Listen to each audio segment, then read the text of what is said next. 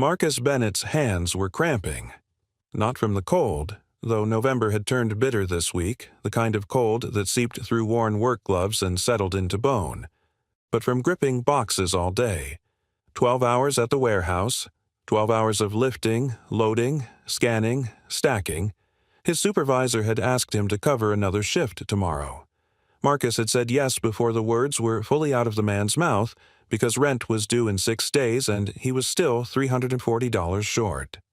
Now, at 7:47 p.m., he stood in the fluorescent brightness of Save More Grocery, exhaustion pulling at every muscle, trying to make $43 stretch into a week's worth of meals. "Daddy, can we get the dinosaur chicken nuggets?" Marcus looked down at his daughter. Zara sat in the shopping cart, her brown legs swinging, her natural hair pulled into 2 puffs that he'd attempted this morning before work. One was definitely higher than the other, but she hadn't complained. She never complained. At 4 years old, Zara Bennett had already learned more patience than most adults would ever know. "Let's see, baby girl." Marcus picked up the box of dinosaur-shaped nuggets, checked the price. $7.99. Then he picked up the generic brand. $4.50, $3.49. The difference between being able to buy her the juice boxes she loved or the cheap store-brand juice that tasted like watered-down disappointment. He put the dinosaur nuggets back. "The regular nuggets are good too, right? Same chicken, just different shapes." Zara's face fell for exactly half a second before she smiled, bright and wide and so much like her mother it made Marcus's chest ache. "The regular ones are my favorite, actually." God, she was a good kid. Too good. She shouldn't have to pretend that generic chicken nuggets were her favorite. She should get dinosaurs and juice boxes and every small happiness childhood was supposed to hold. That's my girl. He kissed the top of her head, breathed in the coconut smell of the hair cream he'd worked through her curls that morning. His hands had been clumsy with it. Shanice had always been better at hair, better at so many things, but he was learning. 3 years now.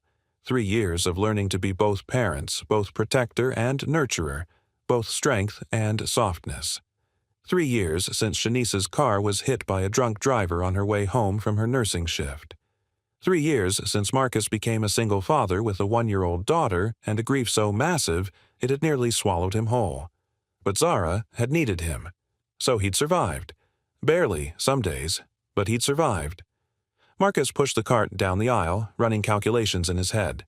Chicken nuggets, $4.50. Rice, $3 for the big bag. Eggs, $3.99. Milk, $4.29. Bread, $2.50. Peanut butter, $3.79. Bananas, $1.87. Frozen vegetables, $2. That left him $17.06 for anything else. He needed dish soap. Zara needed more pull-ups for nighttime. She was mostly potty-trained but still had accidents when she slept. His deodorant was running out. He did the math again. If he stretched the rice and mixed it with the frozen vegetables, he could make that last for dinners all week. If he ate the peanut butter sandwiches for his own lunches and gave Zara the nuggets, she'd have enough. She'd have enough. That was what mattered. "Daddy?" "Yeah, sweetness? Are you tired?" Marcus looked at his daughter. Her brown eyes, Shanice's eyes, watched him with a perception that 4-year-olds shouldn't possess. She saw too much. He tried to shield her from his exhaustion, his worry, his moments of crushing loneliness. But Zara noticed everything. "A little tired," he admitted. "But I'm okay. You know why?" "Why?" "Because I get to be here with you. That makes everything better." Zara grinned and reached for him. Marcus leaned down and she threw her small arms around his neck, squeezed tight. He held her there in the middle of the cereal aisle, this perfect child who had somehow grown from his grief, who had given him a reason to keep breathing when everything else said to stop. "I love you, Daddy." "I love you too, baby girl, more than anything in the whole world." If you're enjoying this story so far, don't forget to hit the like button and subscribe. Drop a comment telling me where in the world you're watching from. I love hearing from you. They moved through the store slowly. Marcus was good at shopping now, good at finding the cheapest options, the best value, the way to make nothing stretch into something. He'd learned. In the first months after Shanice died, he'd barely been able to feed himself, let alone a baby. He'd survived on drive-through dollar menus and frozen dinners until his mother-in-law had sat him down and taught him how to cook rice, beans, chicken, vegetables, the basics that would keep them both alive. Zara's grandmother lived 2 hours away now, too far for regular visits, but she called every Sunday. She sent money when she could, which wasn't often because she was living on a fixed income herself. But she'd given Marcus something more valuable than money. She'd taught him how to be the parent Zara needed. "You're doing good, baby," she'd told him last week on the phone. "Shanice would be so proud of you." Marcus had cried after that call. Quietly in the bathroom after Zara was asleep, the way he always cried now, in hidden moments, in careful silence, where his daughter wouldn't see and wouldn't worry. Now he grabbed a can of soup, $1.29, chicken noodle, and added it to the cart. Emergency food, something quick for nights when he worked late and Zara needed dinner fast. "Daddy, look, cookies." Zara pointed at the bakery section where fresh chocolate chip cookies sat in clear containers. $5.99 for 6. Marcus's stomach twisted. He couldn't remember the last time he'd bought cookies. Real cookies, bakery cookies, the kind that were soft and warm and made a kid's whole day. "Those do look good," he said, carefully. "Can we get some? Please, I'll share with you." The offer broke something in him. She'd share. His 4-year-old daughter, who had so little, would share the cookies with him. "Not today, sweetness, but soon, okay? I promise." It was a promise he didn't know if he could keep, but he made it anyway because Zara's face lit up with hope, and that was worth the guilt. "Okay, Daddy, soon." They turned down the pasta aisle. Marcus was calculating whether he could afford spaghetti and sauce, a cheap meal could last 2 nights, when Zara spoke again, her voice clear and curious in the way only small children could manage, carrying through the quiet store. "Daddy?" "Yeah, baby. Why don't you have a wife?" Marcus stopped walking. The cartwheels stopped squeaking. The fluorescent lights hummed overhead, casting everything in harsh white brightness. "What do you mean, sweetness?" Zara tilted her head, her expression completely innocent. "At daycare, everyone has a mommy and a daddy, or 2 mommies, or 2 daddies, but I just have you." She paused, thinking. "I mean, I love you the most. But why don't you have a wife? Don't you get lonely?" The question hit Marcus like a physical blow. Yes. God, yes. He was lonely every single day. He was lonely in the mornings when he made Zara's breakfast and there was no one to talk to over coffee. He was lonely at night when she fell asleep and he sat in the living room of their small apartment with nothing but the television for company. He was lonely in his bed, in the space where Shanice used to sleep, in the cold absence of another heartbeat. But he didn't say that.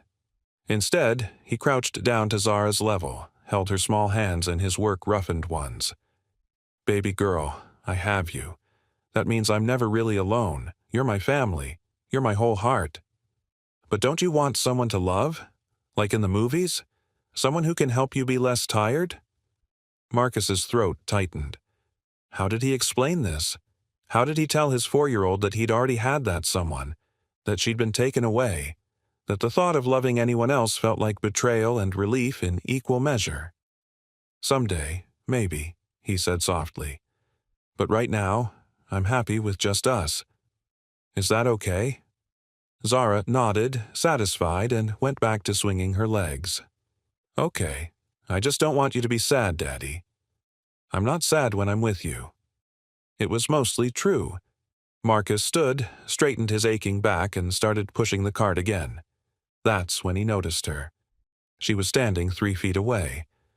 A black woman, maybe mid-30s, wearing an expensive camel-colored coat that looked like real wool, not the synthetic blend from Target. Her natural hair was styled in a perfect twist-out, each curl defined and deliberate. Her skin was smooth, deep brown, glowing under the terrible lighting in a way that suggested good skincare and enough sleep and a life without the kind of stress that aged you too fast. She was beautiful. That was Marcus's first thought. His second thought was that she was crying, not sobbing, not making noise. But tears ran down her face in steady streams, and she was staring at Zara with an expression Marcus recognized because he'd seen it on his own face in mirrors during those first dark months. The look of someone whose heart was actively breaking. "Ma'am?" Marcus's voice came out gentle. "Are you okay?" The woman didn't respond. She just kept staring at Zara, her hands clutched around her purse strap so tight her knuckles had gone pale beneath her brown skin. Her chest rose and fell with breaths that looked painful. Zara noticed her then. With the fearless curiosity of a child who hadn't yet learned that adults could be dangerous, she smiled at the woman. "Hi, I'm Zara. That's my daddy. Are you sad?" The woman's face crumpled. She pressed a hand to her mouth, turned away like she was trying to hide, but her shoulders shook. Marcus moved without thinking. He positioned the cart where Zara could see him but couldn't see the woman's face, then stepped closer. "Hey," he said softly. "Hey, it's okay. Whatever it is, it's okay. I'm sorry." The woman's voice was rough, educated, the accent of someone who'd grown up middle class with college in her future. "I'm so sorry. I need to—" She tried to walk away, but her legs seemed unsteady. Marcus caught her elbow gently, just enough to keep her from stumbling. "Easy. Just breathe for a second." The woman looked at his hand on her arm, then at his face, and something in her expression shifted. Recognition, maybe. Not of him specifically, but of the kindness in the gesture. Of someone seeing her pain instead of looking away. "I can't." Her breath hitched. "I heard what your daughter said, about wanting you to have a wife, about everyone having a mother." Marcus understood then, or thought he did. "Are you a single mother too?" he asked quietly. The woman shook her head and fresh tears spilled over. "I can't be a mother. I can't." Her voice broke completely. "I can't have children, and she's so beautiful. Your daughter, she's so beautiful, and you're here buying groceries together and she's worried about you being lonely and She couldn't finish. Marcus watched her fall apart in the pasta aisle of Save More Grocery and felt something crack open in his chest. He knew this pain. Different source, same depth. The grief of losing what you'd thought your life would be. "Are you sad too?" Zara's voice piped up from the cart. "My daddy gets sad sometimes. Do you need a hug?" The woman looked at Zara and let out a sound that was half laugh, half sob. "Oh, sweetheart, that's so kind of you."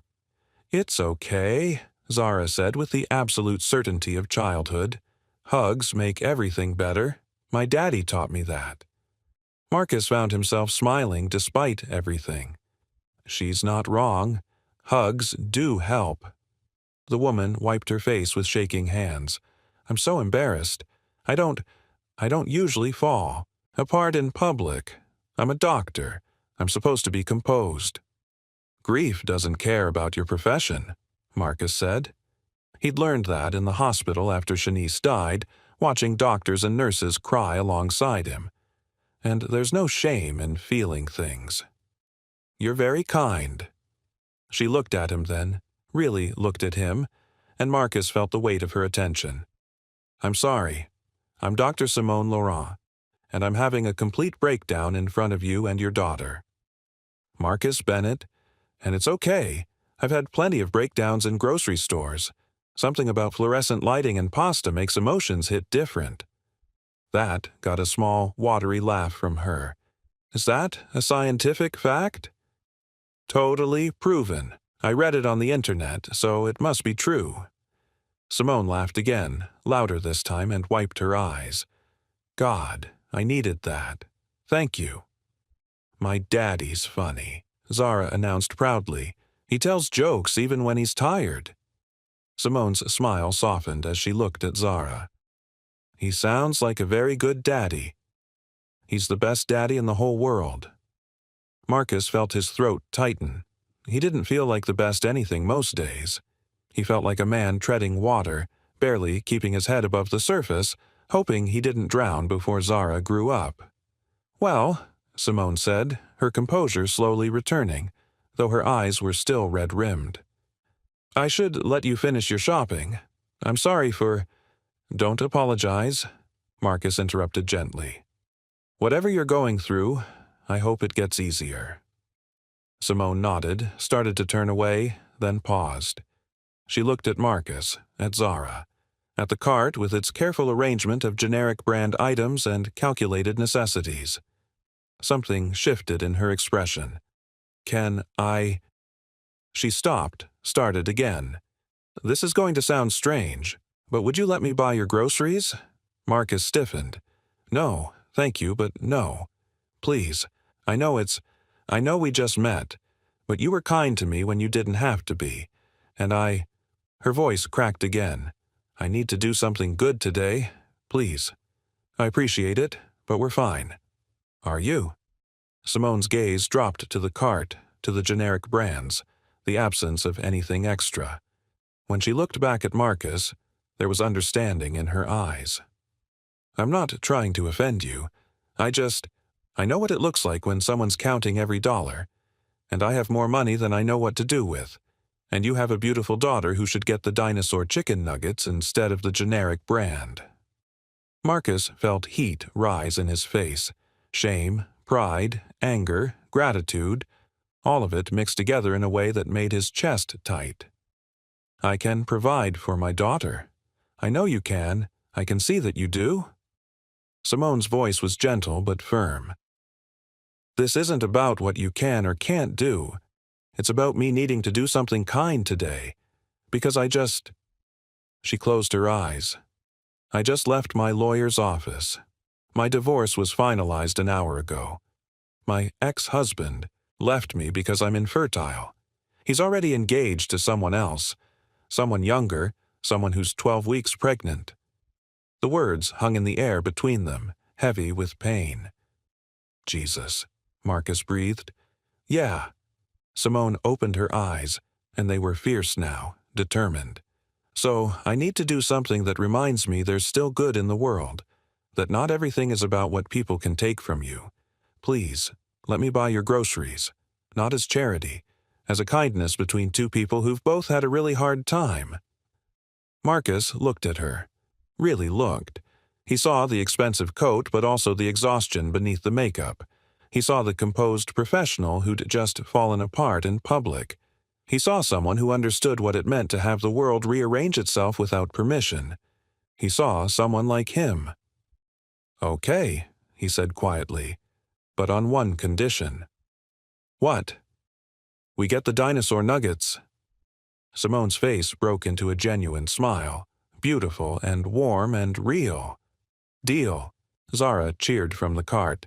"I love dinosaur nuggets." "Then dinosaur nuggets it is," Simone said, reaching for the box Marcus had put back. She dropped it in the cart, then looked at him. "What else? What do you actually need?" Marcus hesitated. This felt dangerous somehow, letting someone in, letting someone see the full extent of his struggle. But Simone was waiting, patient and kind, and Zara was watching with those perceptive eyes that saw everything. "Pull-ups," he admitted. "She's mostly trained but still needs them at night. And dish soap. And if we're being honest—" He paused, then continued. "Real juice boxes. The kind she actually likes, not the watered-down store brand." Simone nodded and started walking. Marcus followed, pushing the cart, watching as this stranger, this wounded, kind stranger, picked up item after item. Pull-ups, dish soap, apple juice boxes. Then she kept going. Fresh fruit, real cheese, not processed slices, a box of graham crackers, a container of yogurt. "Dr. Laurent, Simone, please. Simone, this is too much." She turned to him, and her eyes were bright with unshed tears again. "It's not enough. It'll never be enough. But it's something. Please let me have this. Please let me help one person today." Marcus understood then. This wasn't about him or Zara.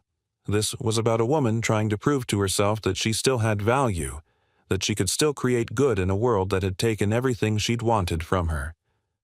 "Okay," he said softly. "Thank you."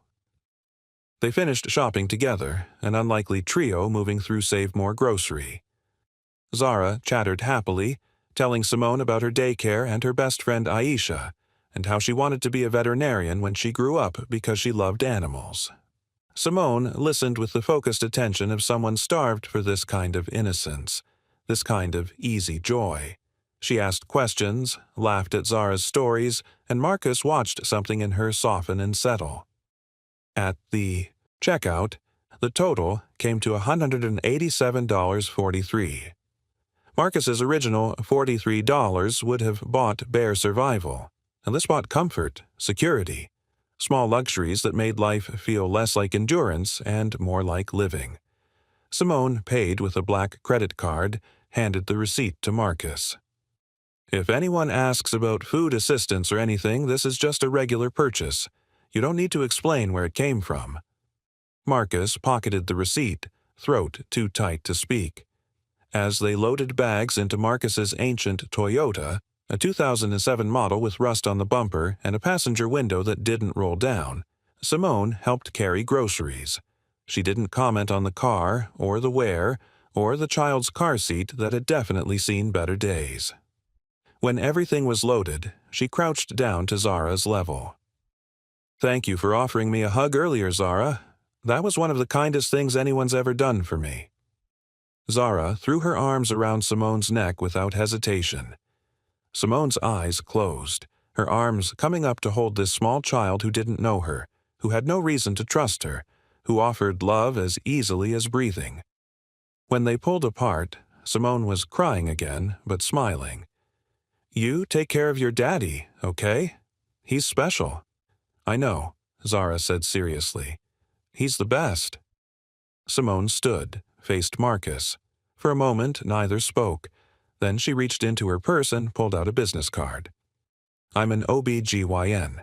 This has my office number and my personal cell. If you or Zara ever need anything medical, or if you just need someone to talk to, please call. No strings attached, no expectations, just—" She paused. "Just call if you need anything." Marcus took the card. "Thank you for all of this. You didn't have to—" "Yes, I did." Simone's voice was firm. "You reminded me that good people still exist, that kindness isn't dead. That was worth more than groceries." She started to walk away, then turned back. "Marcus." "Yeah?" "Your daughter asked why you don't have a wife. For what it's worth." She smiled, sad and genuine. "Whoever gets to be part of your family will be very lucky." Before he could respond, she was gone, walking across the parking lot to a silver Mercedes, her expensive coat whipping in the cold wind. Marcus stood there, Zara's hand in his, watching until the Mercedes pulled away. "Daddy, I like her," Zara announced. "Me too, baby girl, me too." As they drove home in the ancient Toyota, warm air struggling through the vents, Marcus kept glancing at the business card on his dashboard. Dr. Simone Laurent, MD Obstetrics and Gynecology, Mercy General Hospital below the printed information, she'd written in neat handwriting, "Call any time, I mean it. S." Marcus didn't know if he'd ever use it. He'd learned to be self-sufficient, to not depend on anyone, to carry his burdens alone because that way no one could let him down. But the card felt like a promise, like possibility, like maybe, just maybe, not everyone disappeared when things got hard. 3 days passed. Marcus worked another double shift. Zara went to daycare, came home, ate dinosaur nuggets and apple juice boxes, and asked why they didn't see the nice crying lady again. Marcus didn't have an answer. On the 4th day, Zara woke up with a fever. It started low, 99.2 degrees. Marcus gave her children's Tylenol, kept her home from daycare, called in sick to work, which he couldn't afford, but Zara came first, always. By noon, the fever had climbed to 101.4. By evening, 102.8. Zara lay on the couch, listless and flushed, her breathing shallow. Marcus pressed a cool cloth to her forehead, felt panic rising in his chest. "Daddy, my throat hurts." "I know, sweetness, I know." He'd seen this before, strep throat, probably. Zara got it once or twice a year, her immune system not quite strong enough to fight off the daycare germs.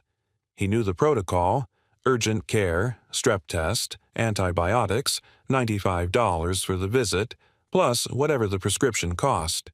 He checked his bank account on his phone. $67.43. Not enough. He'd bought groceries with Simone's money, but that had been food. This was medical. This was different. This was... His phone buzzed.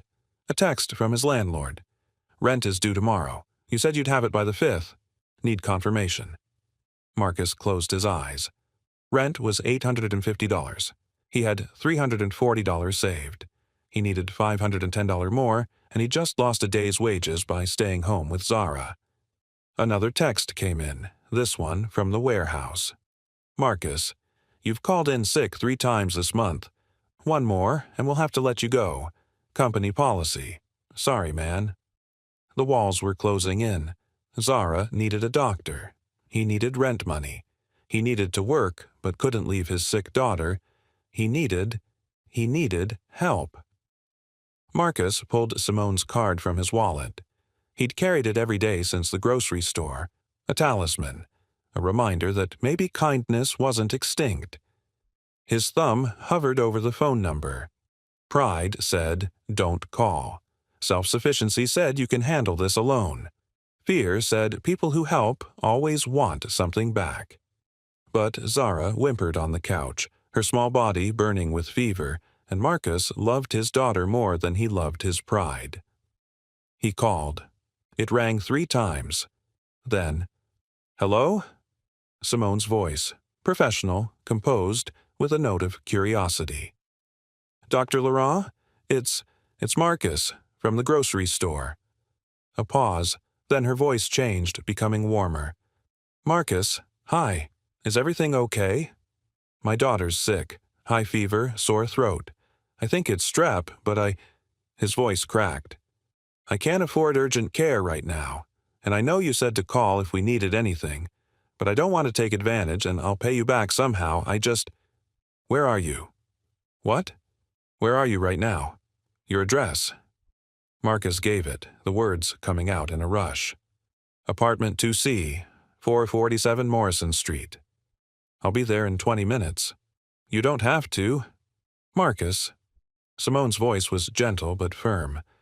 "I'm a doctor. Your daughter's sick. I'm coming. Don't argue." She hung up. Marcus stood there, phone in hand, not quite believing what had just happened. Then he heard Zara call weakly from the couch. "Daddy?" "I'm here, baby girl. Help's coming." True to her word, Simone arrived 19 minutes later. She knocked softly. Marcus opened the door, and there she was. Professional, even in casual clothes, carrying a black medical bag that looked expensive.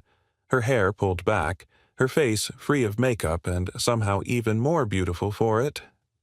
"Hi," she said simply. "Can I come in?" Marcus stepped aside. Simone entered, took in the small apartment with its worn furniture and clean surfaces, the toys organized in bins, the photos of Shanice on the walls that Marcus hadn't been able to take down. "Where is she?" "Couch." Simone moved quickly to Zara, who looked up with fever-bright eyes. "Hi, sweetheart. Remember me?" "The nice crying lady," Zara whispered. Simone smiled. "That's me. Your daddy called me because you're not feeling well. Can I take a look at you?" Zara nodded weakly. Marcus watched as Simone transformed into Dr. Laurent. Efficient, gentle, thorough. She checked Zara's temperature, 103.1 now. Looked at her throat with a penlight, felt her lymph nodes, listened to her breathing. "It's definitely strep," she confirmed, but I want to do a rapid test to be sure. Do you mind, Zara? It's just a quick swab in your throat. It might tickle a little." Zara shook her head. "Okay." Simone pulled a rapid strep test from her bag. Apparently she'd come prepared and performed it quickly. 3 minutes later, the result: positive. Good news is, we caught it early. Bad news is, she needs antibiotics. Simone pulled out her prescription pad, started writing. "There's a 24-hour pharmacy 2 blocks from here. This prescription is for amoxicillin. Have you filled prescriptions there before?" Marcus nodded, shame burning in his chest. "Yeah, they know me." Simone looked at him, understanding in her eyes. "Do you have insurance?" "No." "Okay." She pulled out her phone, made a call. "Hi, this is Dr. Laurent from Mercy General. I'm calling about a prescription I'm about to send over for a patient." "Yes. Patient name is Zara Bennett. Date of birth?" She looked at Marcus. "October 14th, 2020, he provided quietly. Simone repeated it into the phone. "I need you to bill this to my account, number 47721. "Yes, thank you." She hung up, looked at Marcus. "The prescription's covered. You just need to pick it up." "Dr. Laurent." "Simone. Simone, I can't let you pay for... You're not letting me do anything. I'm doing it because I'm a doctor and your daughter needs medicine." Her voice softened. "Marcus, please, let me help." Marcus looked at Zara, burning with fever, and surrendered. "Okay, thank you." "You're welcome." Simona turned back to Zara, brushed curls from her forehead. "You're going to feel much better soon, sweetheart. The medicine will help. In the meantime, lots of fluids, okay? And popsicles.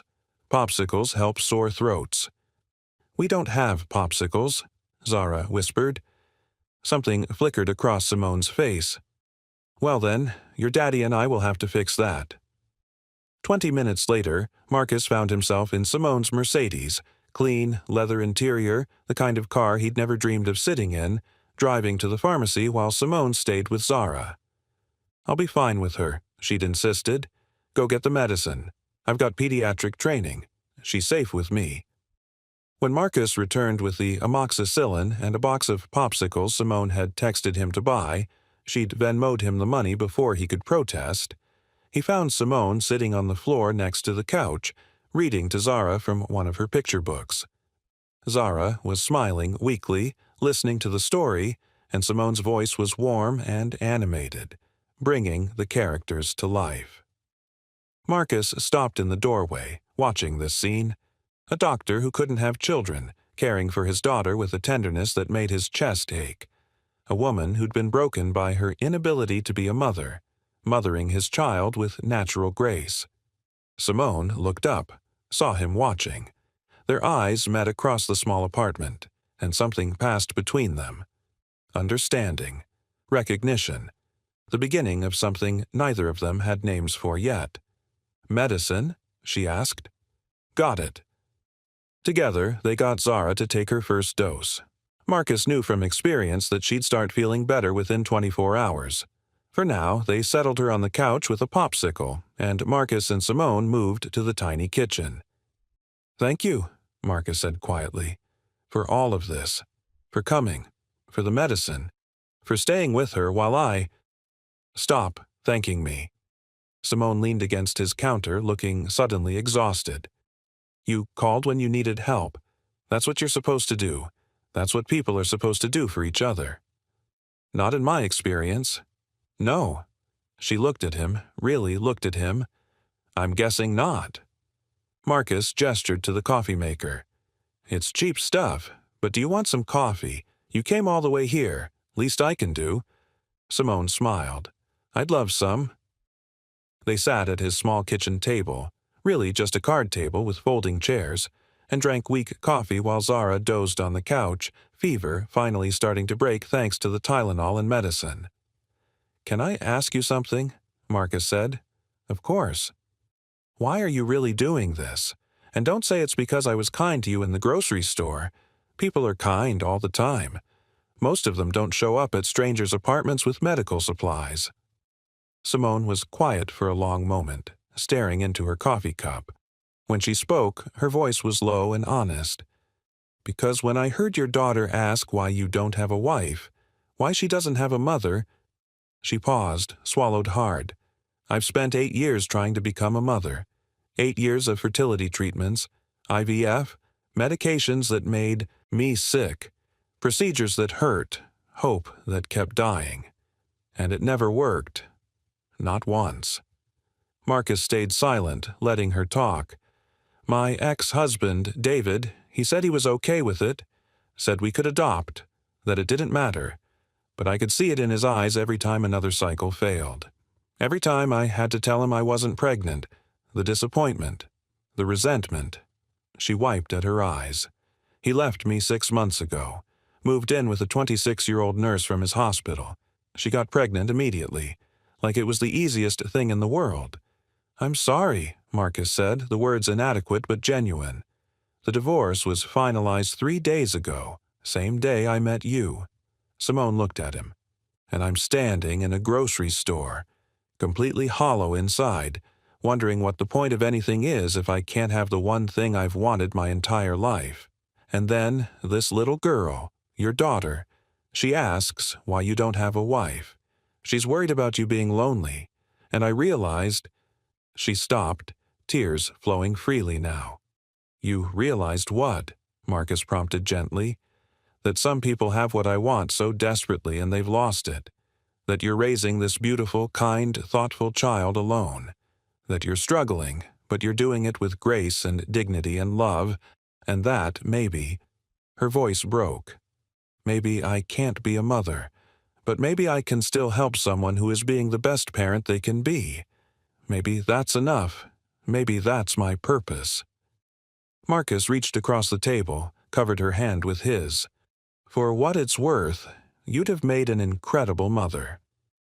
Simone looked at their hands, his work roughened and scarred, hers smooth and careful and squeezed back. Thank you for saying that.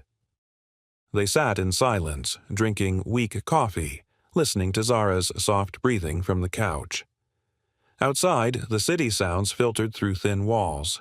Traffic, sirens, the bass thump of someone's music. Can I ask you something now? Simone said. Fair's fair. Zara's mother. What happened? Marcus took a breath. He didn't talk about this often. Didn't like to let people see the rawness that still lived inside him. But Simone had shared her pain. It felt only right to share his. Drunk driver. 3 years ago, Shanice was driving home from her nursing shift at 11 p.m. Guy ran a red light going 60 in a 35 zone. Hit her driver's side door. She died at the scene. Simone's hand tightened on his. Oh, Marcus. Zara was only 1. She doesn't remember her mother. Not really.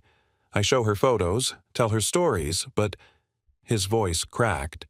She'll never really know how incredible Shanice was, how she lit up every room, how she laughed at everything, how she wanted to save the whole world, one patient at a time. She sounds amazing. She was. Marcus managed a small smile. We got pregnant right after we got married. Didn't plan it, but we were happy about it. Scared out of our minds, but happy. Shanice said she wanted 4 kids. Can you imagine? 4. I told her we'd see how we handled one first. He laughed, but it came out choked. Now I can't imagine having any more. Can barely handle the one. But I love her so much it terrifies me. Every day I'm scared something will happen, that I'll fail her, that I'm not enough. You are enough, Simone said firmly. Marcus, I've been a doctor for 10 years.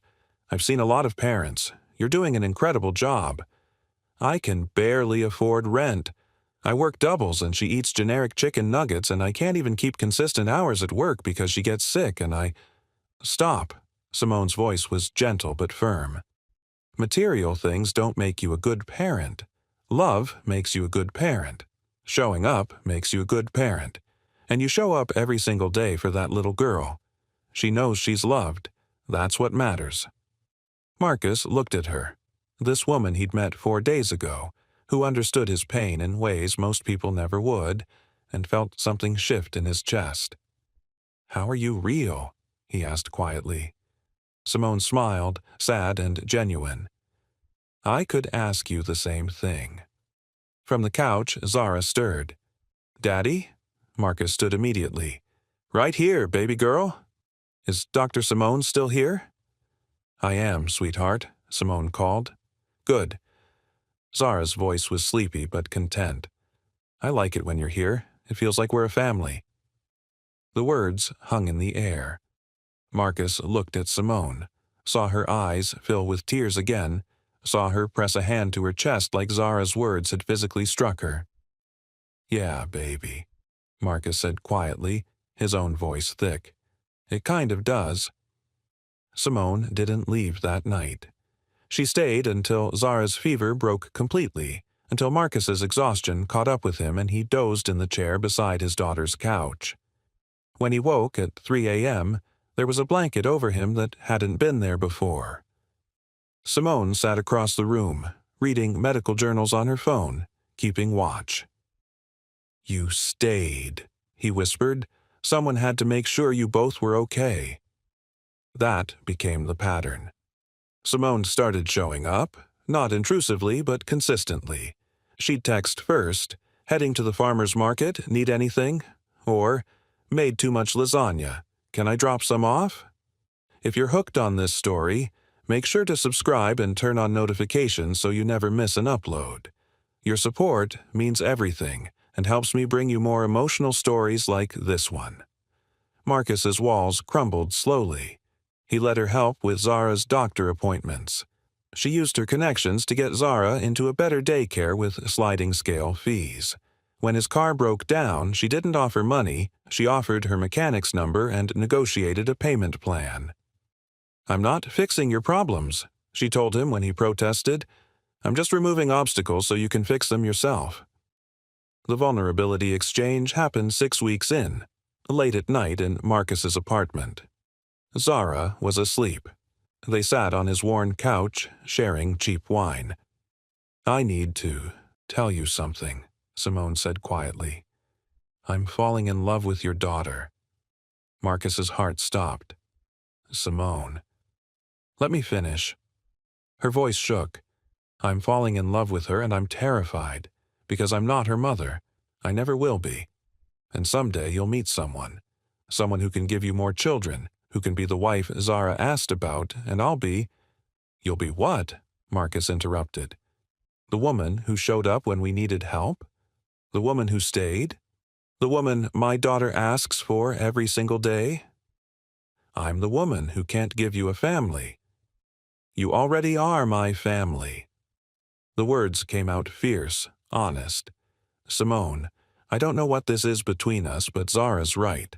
When you're here, we feel complete. Not because you're filling Shanice's space. Nobody can do that. But because you're creating your own space, your own role. And we need you." Simone's tears fell. "I need you too. Both of you. I didn't think I'd ever feel this again, like I had purpose, like I mattered to someone." Marcus cupped her face. "You matter to us. You matter to me." They kissed then, soft, tentative, weighted with grief and hope tangled together. The crisis came 8 weeks later. Marcus's ex-mother-in-law, Shanice's mother, filed for custody. She claimed Marcus was unstable, working too much, relying on a stranger, unable to provide. "She's scared," Marcus told Simone, voice breaking. "She's losing Shanice all over again through Zara growing up. But she's going to take my daughter." "No." Simone's voice was steel. "She's not." The custody hearing was brutal. Marcus sat in court, feeling small and insufficient, while lawyers outlined his financial struggles, his work schedule, his dependence on others. Then Simone took the stand. "I'm Dr. Simone Laurent. I've been in Zara Bennett's life for 3 months. I've watched Marcus sacrifice everything for his daughter. He works doubles to keep a roof over her head. He learns to braid hair from YouTube videos. He reads to her every single night, even when he's so exhausted he can barely stand. Her voice rang through the courtroom. Marcus Bennett is the best parent I've ever witnessed, and I'm a doctor. I've seen thousands of families. His poverty doesn't make him inadequate. His asking for help doesn't make him weak. It makes him smart enough to put his child first. The judge ruled in Marcus's favor, full custody maintained with visitation for the grandmother. Outside the courthouse, Marcus pulled Simone into his arms. "You saved us." "No, you saved yourself.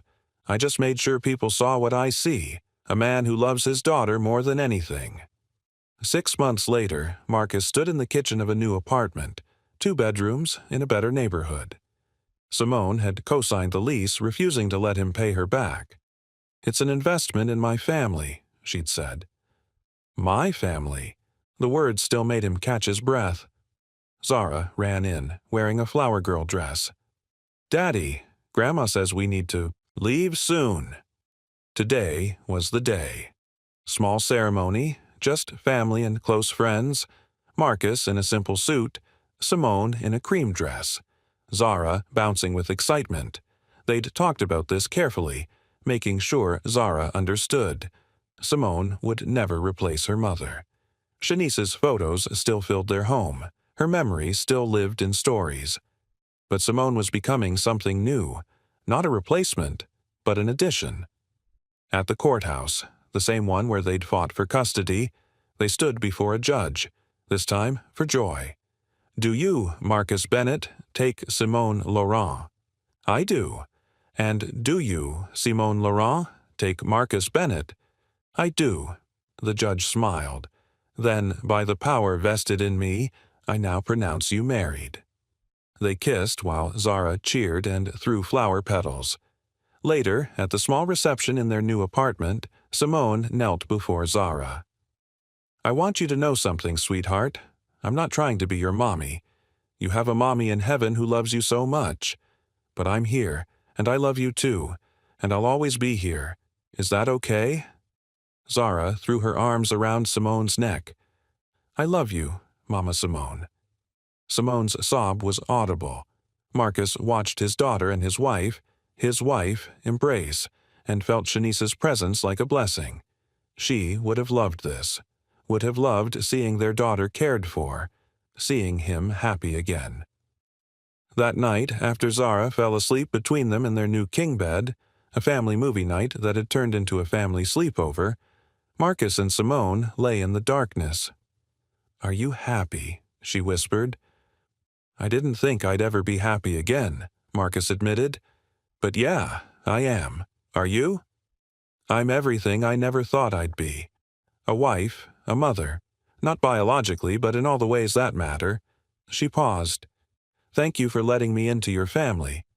Thank you for choosing us." They fell asleep holding hands across their daughter's sleeping form, 3 people who'd been broken finding wholeness together. Sometimes the family you're meant to have isn't the one you imagined. Sometimes it's the one that finds you in a grocery store, in a moment of crisis, in the question of a 4-year-old who just wanted her daddy not to be lonely anymore. Sometimes it's the family you choose, and that makes it even more precious. Thank you so much for watching until the end. If you loved this story, check out the other videos on your screen now. I think you'll really enjoy them. And don't forget to subscribe if you haven't already. See you in the next story.